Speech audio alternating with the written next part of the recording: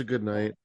Although comedy club security has really ruined me Oh yeah. because we were in the back and I'm like, that table is talking, that table is talking, that table is talking. And then I'm like, just shut up. Like I wanted to like literally get up and start telling people to be quiet because they were talking so much. And I was like, why? Why are people talking? Why are people shouting things out to her on stage? Why is this even happening? Who's controlling this thing? But it was fine. Your phone is ringing. It is. Who the fuck is my Oh, phone? you can't hear it. Oh, it's scam likely. Oh, you're Oh, Nobody scam likely.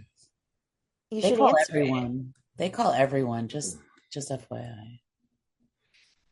They make their Mm-hmm. rounds. Hell yeah! How was the farmers market besides all the crap, all the air? The air Yeah, quality. the air quality was bad, but there is a local farm. I mean, obviously there's like lots of local farms. Um, but they had a when pigs can fly special, so it was 4 bratwurst and 6 chicken wings for like $17. So we got that. Ooh. Nice. And then I'll plug Grandma Susie's if you're ever in Portland and you go to the farmers market. Grandma Susie's fudge is amazing. We got thin mint fudge Ooh, thin mint fudge. Oh my gosh. and peanut butter cup fudge. Oh, Oh my gosh.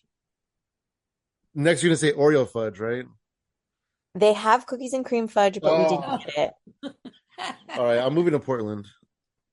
Yeah, come on up. We got a room to rent. Okay, nice. Do you guys take cats? Because I have a cat. I think my dog would probably annoy your cat a lot, and we don't have enough high spaces for your cat to hide. So I know Gizmo we will don't be either. pretty pissed. I mean, we I annoy mean, her a she, lot. yeah, she's already pretty pissed. So, and that's just like a normal day. Yeah. How old is she now? She actually just turned 6 this month. Happy birthday, Gizmo. Yeah, she's a good baby. We And her may, adoption day, we use her adoption day as her birthday. yeah, may she always find things to push off a ledge. She doesn't do that She actually. actually doesn't do that, which is like, it makes us happy because I don't like shit She's not breaking. destructive except for the couch. Okay, She fucking hates that She hates that couch. couch. She shreds it up. But it was my grandfather's couch and he had a dog, so that might be why. that makes sense. Yeah. But with that being said, what is up? Welcome to the Hypothetical Comedy Podcast. I am Funky Sam Medina, And I am Athena Rodriguez. and we're here with comedian Laura Nelson. Hey, Laura. What up? Hello. Hello. How you doing? I'm good. I'm excited to be here. Hell I'm yeah. jazzed about talking about comedy and life and cats hating sofas for non-specific reasons. You know, Well, I had that on my list. I'm sure she has her reasons. We just don't know them. Yeah, that's true. That's true. You need to get a cat medium who can tell you if Oh I my gosh. So we were at this show one time recently, and uh-huh. Athena was on stage and she was talking about being able to talk to dead people and stuff and doing this. And one of the producers looks at me and says, does she really talk to dead people? And I said, yes. And then she goes, can she talk to dogs? And I go, Mhm. I don't know. That's interesting. That's an interesting question. How long has your dog been dead? And then she goes, oh no, my dog's not dead.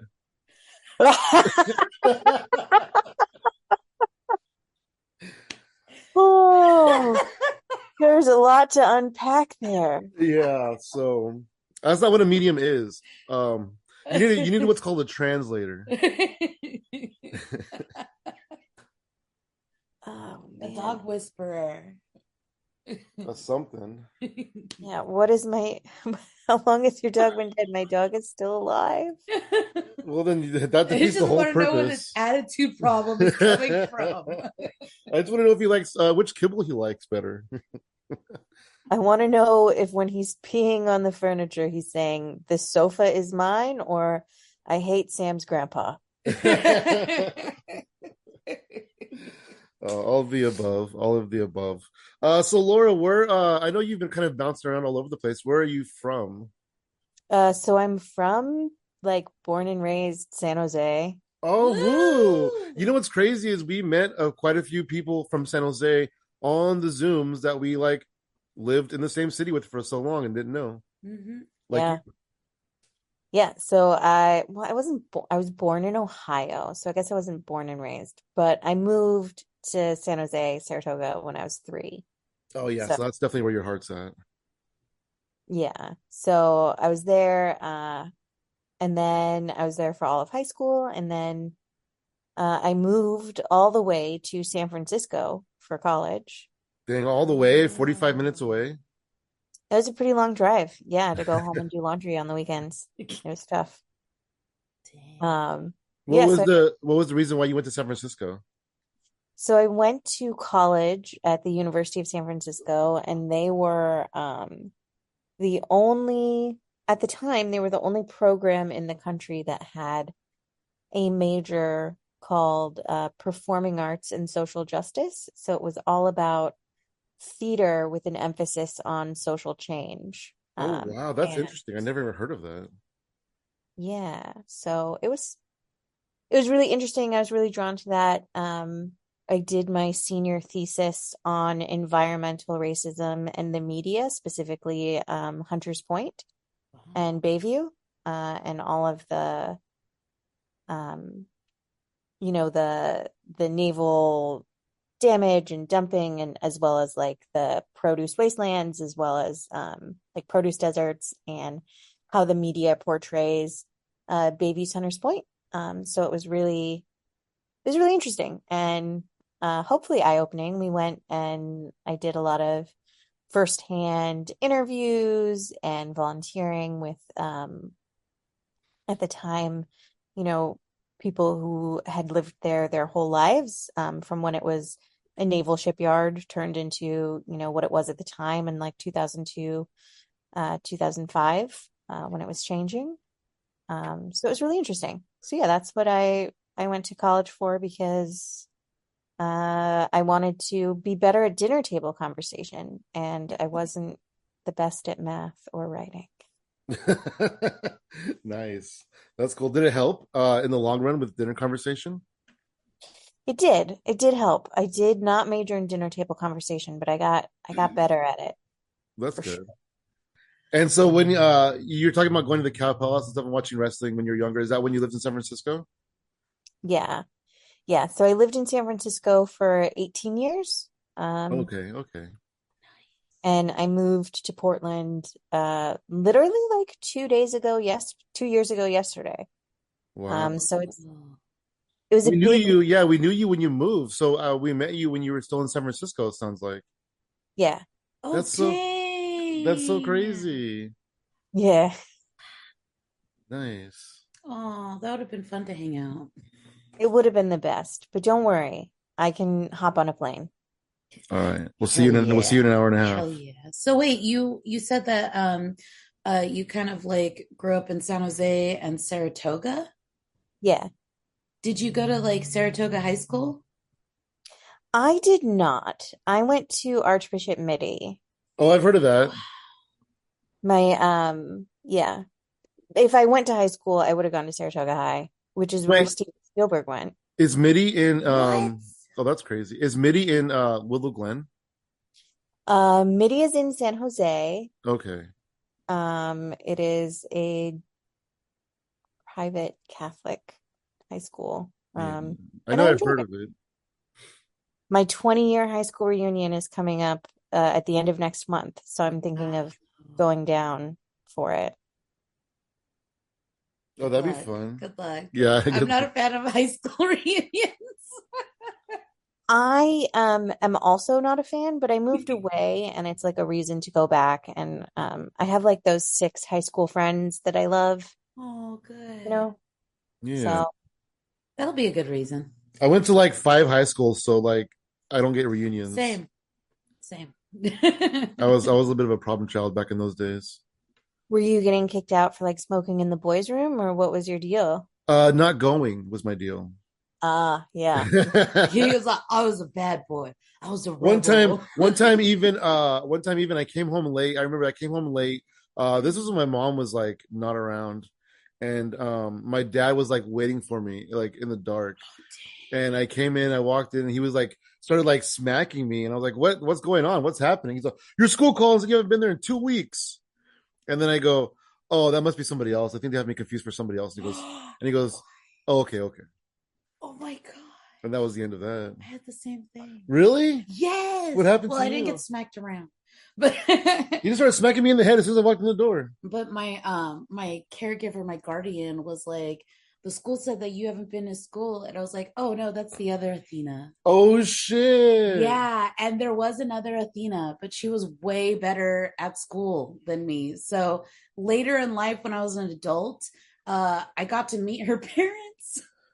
How did you meet her parents? And they're like, oh, you're the bad Athena. And I was like, huh.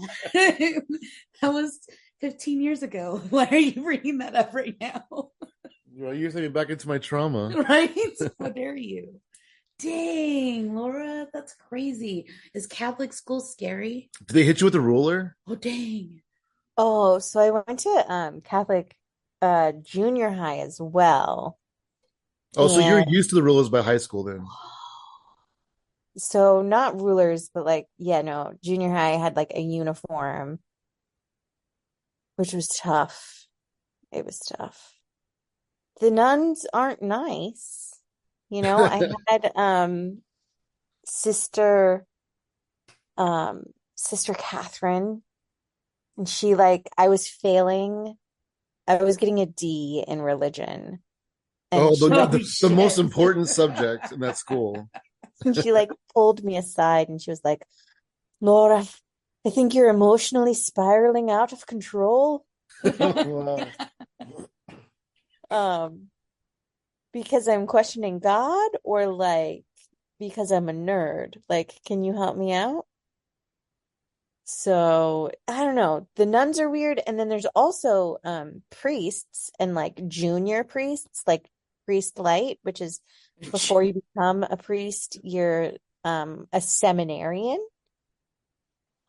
And so those are just like young, confused men put in, junior highs. But when I was in junior high, the Monica Lewinsky, Bill Clinton thing happened. Oh, wow. And so I had Father Brendan and Sister Mary tell us that oral sex is sex, and it is a sin, and you would go to hell for it. And that was just, chef's kiss in terms of why I turned to comedy. Well, sorry about that, Monica Lewinsky. You're like, I'm out. All right, I'm out. You know what's crazy? When I was growing up, I was going to church. I was Baptist Christian, but I was going like voluntarily with like friends and stuff. Mm-hmm. But then when I got to the high school age, I kind of stopped going. I felt weird about it because they were basically like, for music, for example, right? They would say there's two kinds of music in this world. There's Christian music and there's worldly music. Don't listen to the worldly music. And I'm just like, I like that stuff. And I felt like they were trying to cut off almost like the non-Christian part of the world to us in a way. And so I kind of stopped going and just kind of said, no, I like that stuff. It was the music that It was the music mainly. that yeah. was the chef's kiss for Sam. That was a chef's kiss for me. I was like, no, thank you. I do not like Christian rock. Creed, isn't it for you? No, not really. I'll take Amy Grant over Creed. Well, let's be real though. Like Amy Grant crosses into the secular world as totally bops. I couldn't name one song by her. So I was just saying that. Is it Baby Baby? No, that's who's that kid from Canada? It's not Justin Bieber. She goes, baby, Yeah, baby, Justin baby, Bieber. Isn't that Justin Bieber? set my heart in motion. Oh, I know that Yeah, song. I that know that one. song. Yeah, Yeah, Amy yeah, Grant, absolutely. total bop. Isn't she a Christian singer? Oh my god. She is, but she has some Okay. bops. I remember they had at my church had like a library, and it was all like Christian books and Christian music, and just everything was Wow. crazy. I remember that's where I remember I saw her, and I was like, oh, okay, whatever. Anyway, Oh, okay. Yeah, I have a whole I have a whole 5 minutes about being a recovering Catholic. So, That's awesome. So what happens after you decide that you didn't want to do that and comedy was like the thing? so I had done improv a lot of my life. So I did improv in high school.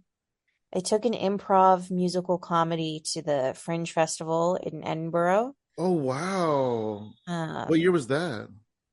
that was 2003. That was my senior year of high school. I was in it with a few people who are like famous now. One of whom is Alex Brightman, who was just Beetlejuice on Broadway. Oh, Oh, that's nice. incredible. Good for him. I know, get it. And so I'd done improv and then I did improv all throughout high school. Well, before And you I, get out of improv, sorry, before you get out of improv, how did you like get into it? how did I get into improv? Yeah. It was honestly my older brother Greg. So he did improv at his all boys Jesuit high school. And I was like, that's cool. I want to do that when I was younger and I saw it. So then I actually ended up doing improv at the all boys Jesuit school. I auditioned and they let me in. Oh, you did it with the boys. Yeah. That's Hell cool. yeah. So I was in Sanguine Humors at Bellarmine, and that was really fun and really awesome. I know about Bellarmine. Yeah. Because you're a boy. Yeah. No, when I was in seventh grade, they brought a bunch of Bellarmine students in to like tutor us. I don't know. It was weird. To mentor us. I'm not sure. Hmm. I don't remember exactly the reasoning for it. But we had like Bellarmine kids in our classes in middle Nice. school. Yeah. Yeah. So I did improv there at Sanguine Humors. Loved it. Did I continued doing improv in college, and then the for me the dream was always like do stand up, go do stand up. So I went and I did that pretty seriously in like 20 2013. Okay. So about 10 years Um, after high school. Were yeah, you so I, doing I improv this whole time? I was doing improv a lot of the time. I kind of stopped for a little bit because working a full-time job Yeah. was a lot for young 20-something Laura. So, I had to stop for a little bit, but it was good. It was really good. And so then I got really serious into stand-up and I was able to do some fun stuff. Like I went on a tour, so I was performing at the Punchline. Me and Tuesday Thomas were producing a show at Punchline called Estrogen Entree with a Side of Balls, which was an all female monthly show with one or two men that we would include. And that was Nice. pretty cool. I performed 6 months pregnant at Cobb's, which was fun. Oh Oh. wow, that's cool. I did a few shows at the Comedy Store in LA. Wow. And then I went to New York and I did Gotham's and Eastville and I think one other place out in New York. But it was really fun. That is so rad. That is really awesome. So Laura, you are what's the term? Unassumingly funny, I want to say.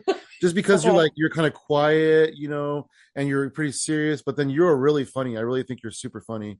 What at what point did you really like start to develop your sense of humor? Yeah. So I am the least funny person in my whole family, Oh, Me right? interesting. too. So I think it was like genetic from birth, right? But I remember being at a wedding for my uncle, and me and my aunts and uncles and brothers and cousins were all just sort of sitting around watching a baseball game. And my uncle Ricky just goes, Aunt Jemima makes a better batter.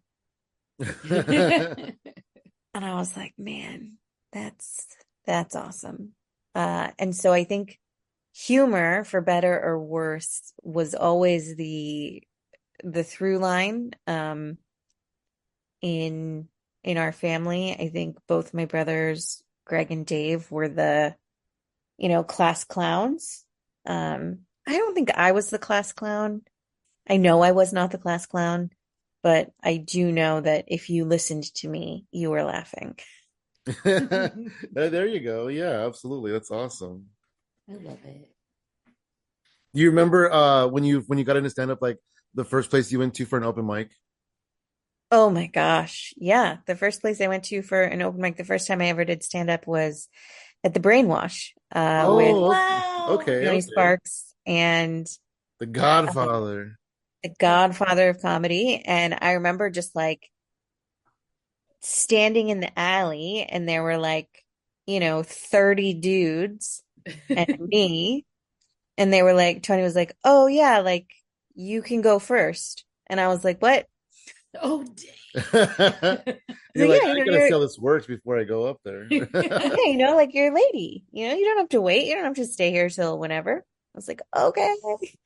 And he did the whole thing where he goes, we're gonna give her a lot of love. And like, when the whole brainwash screams that, it was very nice. It was very, very, very welcoming. It was a very good first intro to comedy. But then I would go and do stand up in places where you shouldn't. Like I did stand up. I would just try to get on stage however I could, wherever I could. Yeah. So my friend Tom had a band and they were playing at like Grant and Green. And I was like, oh yeah, I could stand up while you set up your your instrument. And so there was just like a bunch of like punk rockers who wanted to hear music. And I was like, one time. But yeah, trying to, I did stand up at Chemo's on Polk. What's that? It was a gay bar. I think it's still there. But yeah, I would do stand up wherever I could, whenever Yeah. I could.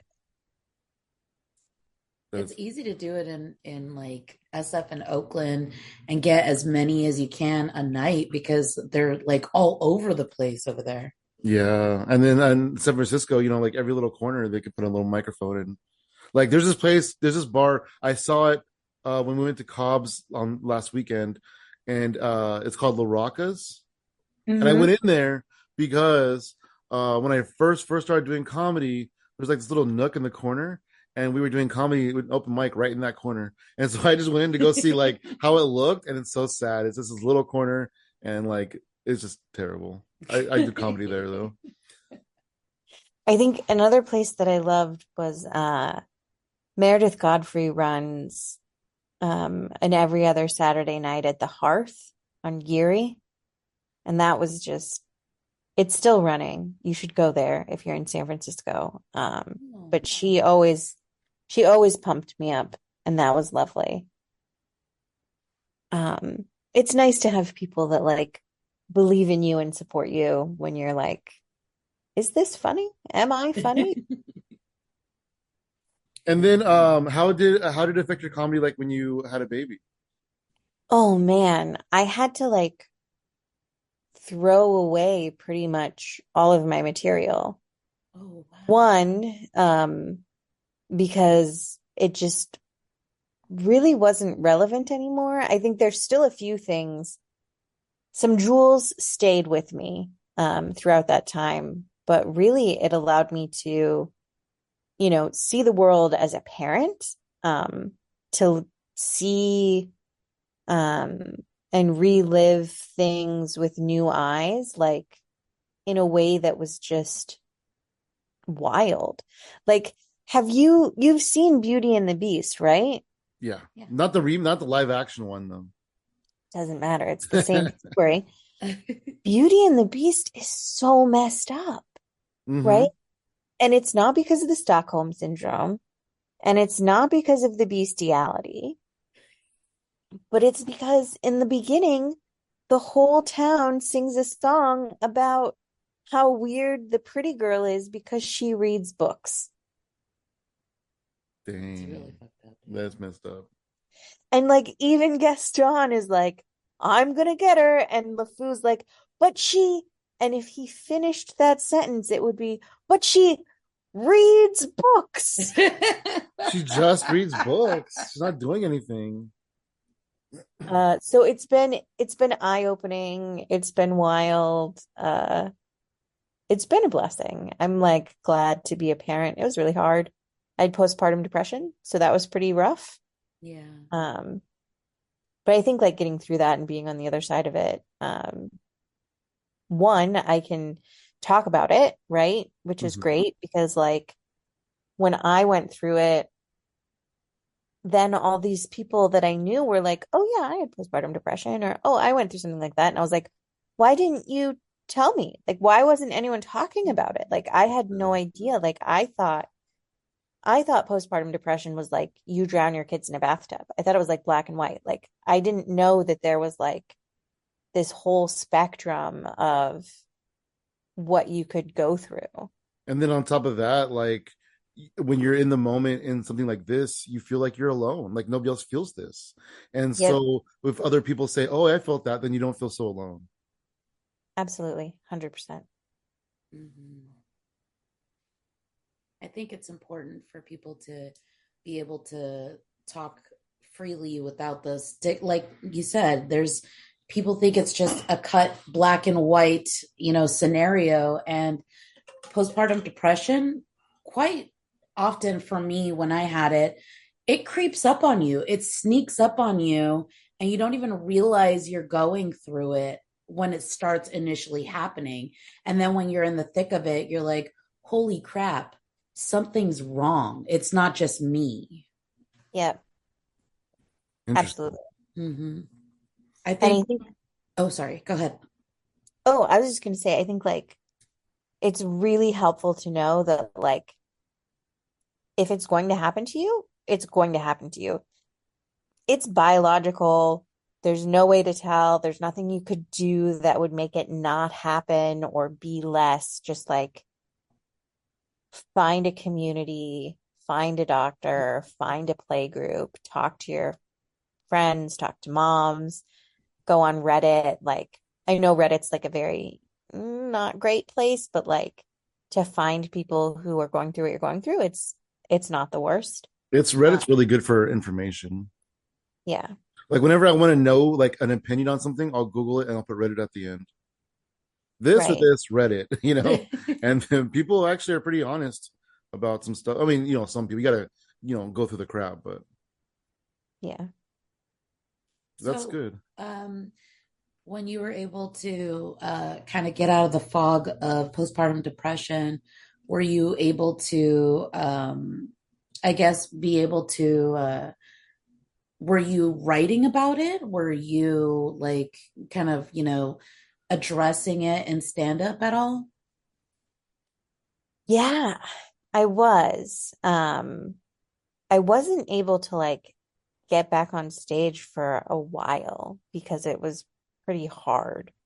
But I was definitely writing about it. And I think I think that there's definitely joy to be found even in the darkest like parts of us. And I think that there are so few non-males in comedy that there aren't like, there isn't the standard of like, oh, dating, oh, da da da, oh, postpartum depression, right? Like there isn't like that, oh boy, here we go. Like you would with, I don't know, a dick joke. But yeah, I think it was really helpful. And now I'm able to just, approach the whole person of me and figure out what I see and what I think is interesting or what I think is um, funny or offbeat, usually. Yeah. Oh, yeah. What was comedy and life for you like when the pandemic hit? So the pandemic was pretty hard, I think, for the first like few months because I was like, are we going to all die? You know? Yeah. I was like, they're like, are I did like my pandemic panic purchase where I was like, I'm gonna buy if there's no more grocery stores and the food supply chain ends, I need 2 pounds of peanut M&Ms and a box of 100 like kettle corn. That was my thing. And then I like took Posey and I was like, she was like 3. It was so hard. Like preschool just ended. And I was like, we're gonna do a science experiment. We're gonna grow some fruits and vegetables on our balcony, which of course was like a fire escape because we were in a tiny San Francisco apartment. I was like, we're gonna grow this in our garden on our balcony. And she was like, yay. But really, I was like, there's no there, what if there's no food? I like how But you like you it was a panic, but you spun it to like a fun, cute thing. oh yeah. I like I took really good care of making my unit feel safe, which was nice. But I think in terms of comedy, it actually was amazing because it lowered the barrier for me, right? Because normally I'd have to like make my partner put the kid to sleep or like find time to actually leave and make sure I showered and do all those things. And like comedy on Zoom was just like, whoa. So it really allowed me to go from writing a lot to performing a lot, which in turn like got me writing even more and writing even more. So I was a huge fan of what it did for me in terms of comedy. Um, and I'm really thankful for it. Obviously, I still wish I was in San Francisco because The scene. breaking into a new comedy scene like during a pandemic is tough. Yeah. I'm working on it. Yeah, I Wow. bet it is tough. What did take you to Portland? So one was what took us away from San Francisco, honestly, was the San Francisco school district. They like were not making great choices, and it just felt like we could never own a home. We loved San Francisco, but if there wasn't a pandemic, we'd still be there. But like being in our apartment with like a 4-year-old and like the parks were closed and everything just felt so hard, you know? Uh, Yeah, you probably had a little apartment too, because San Francisco. yeah. Yeah. So, um, my partner was working for the city of San Francisco, and then he got a job at TriMet up in Portland, which is like Portland's Muni, Okay, okay. in their HR department. So we came up here. We were able to buy a house, which was like Oh, that congratulations. never, thank you, like that never would have happened in San Francisco. I wish it could have, but like we looked all the way north up to Novato and all the way south down to Gilroy. And we were like, well, if we're gonna put all our stuff in a van and move, like let's try something new, you know? I'd been in the Bay Area my whole life. My partner had been there in San Francisco 20 years. Um, if we win the lotto, we're coming back for sure. But for now, we're really Excellent. happy. Hell yeah. I love it. That's super cool. And then so when you moved, you were still doing Zoom comedy, right? Like comedy online? Hell yeah. Hell yeah. What was it like for you to get back into comedy? Because yeah, you said it's tough, but like what's it like for you to start doing comedy in Portland? Like have you been to Yeah. places and things? Yeah, I've been to a handful of mics, but literally a handful. So we moved twice in the last 2 years. We moved from San Francisco to our rental and then from our rental to the house that we eventually bought. Okay, okay. So it was a lot of adjustments Yeah. and settling.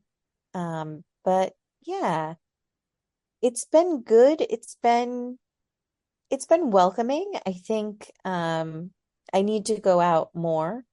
But I definitely still love the Zoom community. It's how I met you two.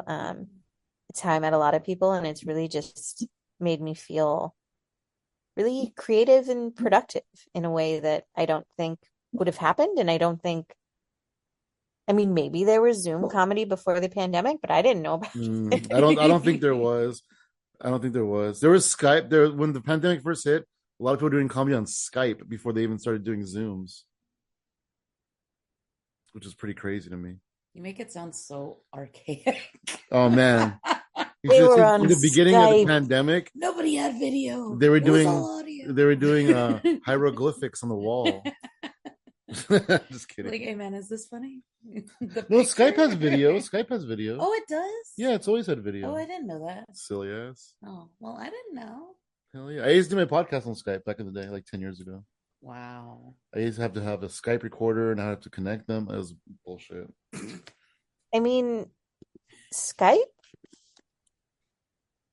Yeah. Skype really lost it, you know?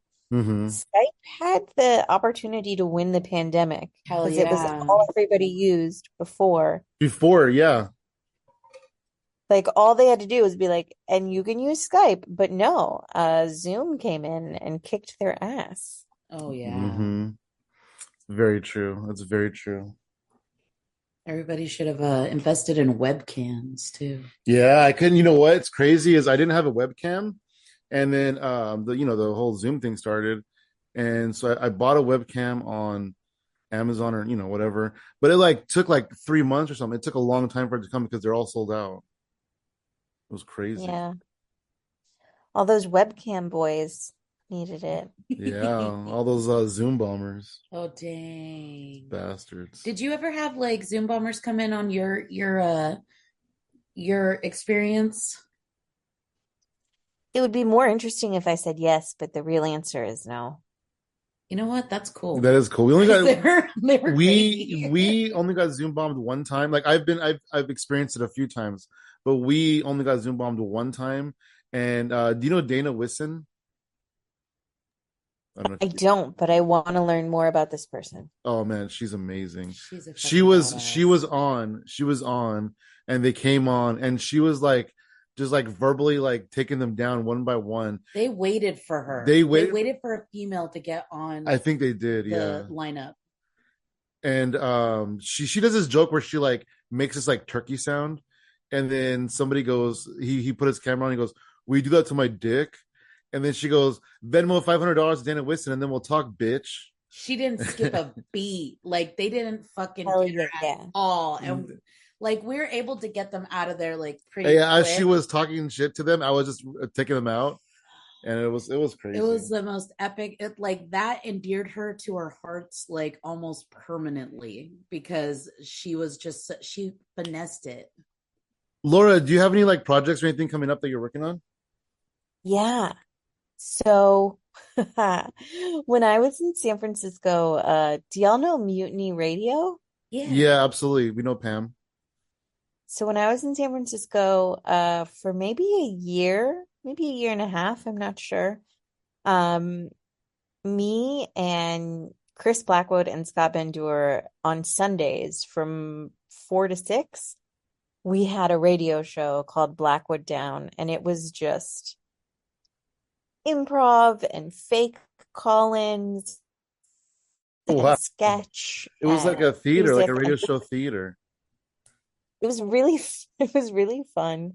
But that was a decade ago, literally. And so we actually all got back together, and we are doing the Grasscast, which is a grassroots comedy podcast where we talk to organizations like Planned Parenthood or Habitat for Humanity, and we talk to them about what their mission is, how people can get involved, and then we also make it hilarious. That's awesome. So it really ties back to my major. Oh, But yeah, you're right. You're right. Heck It yeah. does. so it's a podcast. That's what I'm doing. You can find it wherever you get podcasts, but that's my big thing right now. Yay. Hell yeah. That's so awesome. Yeah. I like how it circles back to your major, like you said. Yeah, it's really fun. I think it's hilarious. But they're really good, informative, just like bite-sized chunks where people can learn about nonprofits and what their or like what their mission is and Mhm. how you can get involved and hopefully laugh a little. I like it. I like that because it also makes people who don't really pay attention to that kind of stuff be able to digest it Mm-hmm. in a like an easier way because humor really helps you consume things in a completely different way than you're used to. Yeah, because like you use Planned Parenthood as an example, and if somebody was just like, "Oh, let me find out what they're all about," and they Google it, it'd probably be pretty boring, you know. But like the way that you do it, it sounds a lot more fun. Mhm. Yep. That's awesome. I That's so love it. awesome. It's called Grasscast. Yeah. Hell yeah. They should make a 420 Grasscast Oh too. my goodness. Just kidding. That's awesome, Laura. Hey, well, thank you so much for joining us. It's been super fun talking to you. I really loved it. It was a great little chat. Hell Yay. yeah. Do you want to plug your social media or anything? Oh yeah, you can find me on TikTok or Instagram. Not so much on Twitter anymore because that's like kind of Weird. imploded. But I'm Laura Tells Jokes on all the social medias. Awesome. You can find me across the board at Funky Sam Medina, And I am at She Shines for You, all spelled out, no numbers. and everything else is at Hypothetical Comedy. Awesome, Laura. Thank you so much. Thank you both.